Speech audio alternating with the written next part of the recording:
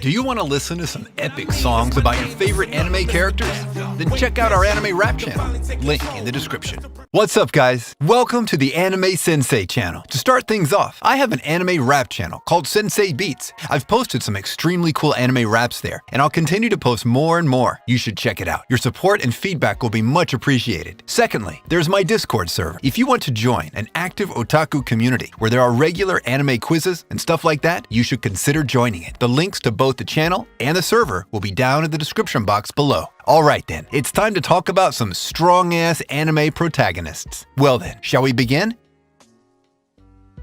The first one on our list is Tawa no Kwan. This anime is a series of 6 movies, with each one of them being around an hour long. The story is about a boy named Kwan and his friends. They are known as attractors because they're humans who have awakened the supernatural powers from deep within their potential. But while these powers may give them extraordinary strength, they're also a curse. A secret organization is on the hunt for these attractors, and Kwan swears to protect not just his friends, but all of the attractors from that organization. He is their leader after all. This is kind of a serious action anime. It may just even make you cry. The sufferings of those blessed with power, Kwan's ideals that he may not be able to protect, and then the sudden plot twists. This anime is a hidden gem and something that you'll definitely enjoy. Konosuba. The main character, Kazama, dies a laughable death and then gets reincarnated into an isekai world. But before he sets on an adventure, he's given a choice to choose any item that he desires. And what does he choose? Well, he chooses the goddess that told him to choose.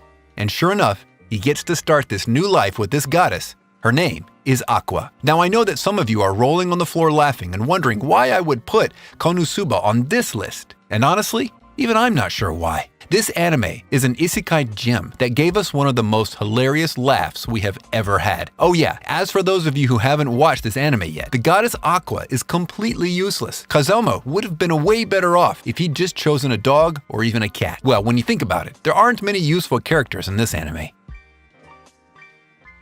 Magi. Sinbad is a crazy strong king of Sindria. He's a dungeon capturer and also the leader of the Seven Seas Alliance. His most trusted comrades are the 8 generals. He's in every sense of the word a strong and powerful leader. But what are these dungeons? Well, they're created by Magi. They're a group of magicians who create these dungeons and also help people build their empires. Then there are supernatural beings called jinns. They grant access to great power to all the successful conquerors. That is more or less the setting of this world. And this is the story of Aladdin. He's a young magician who has an incredible thirst for adventure. He wants to leave his home behind and discover the world. Also, there's a prequel to this series, which came out after the first 2 seasons of Magi. That prequel tells the story of how Sinbad became the king of Sindria. All in all, this shonen anime is a splendid combination of both adventure and fantasy.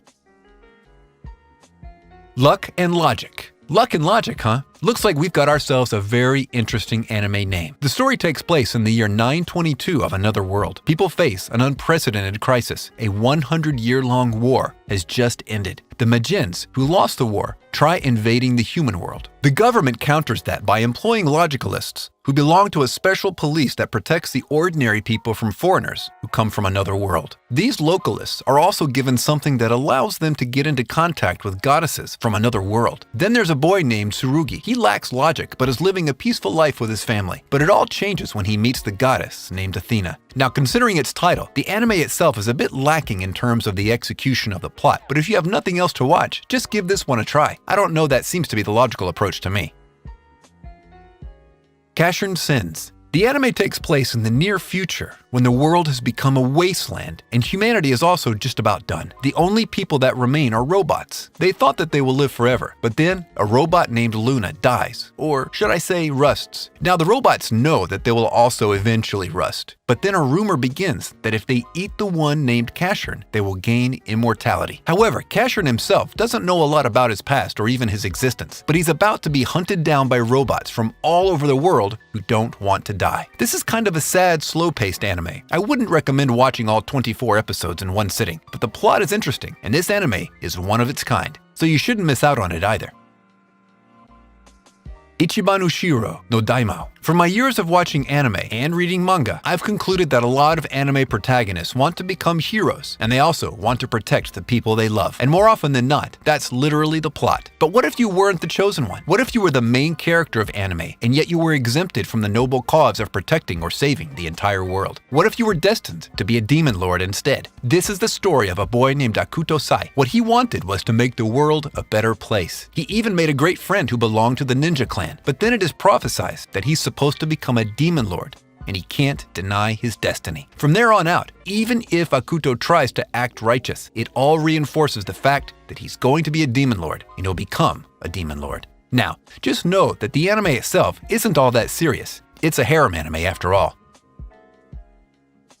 Big Order. It happened 10 years ago. A fairy named Daisy pops out and asks the young Eiji Hoshimiya to wish for something, and she'll grant it. And then, Eiji wishes for something that gets granted. To this day, that wish remains a mystery, but the catastrophic events that followed after that day and resulted in the deaths of many seem to be connected to Eiji's wish. Now, as a high school student, Eiji's major concern is his sister's sickness. He's forgotten about what he wished for, but he acknowledges the fact that it was his wish that brought upon the Great Destruction. And in the past 10 years, many people have gained the ability to wish for what they want. They are called orders. The general public hates them because they think it was them who brought upon the Great Destruction. That's why many orders are after Eiji's life to clear their name. Be that as it may, the question remains, what was it that Eiji wished for 10 years ago, and why did it cause the Great Destruction? Only time will tell.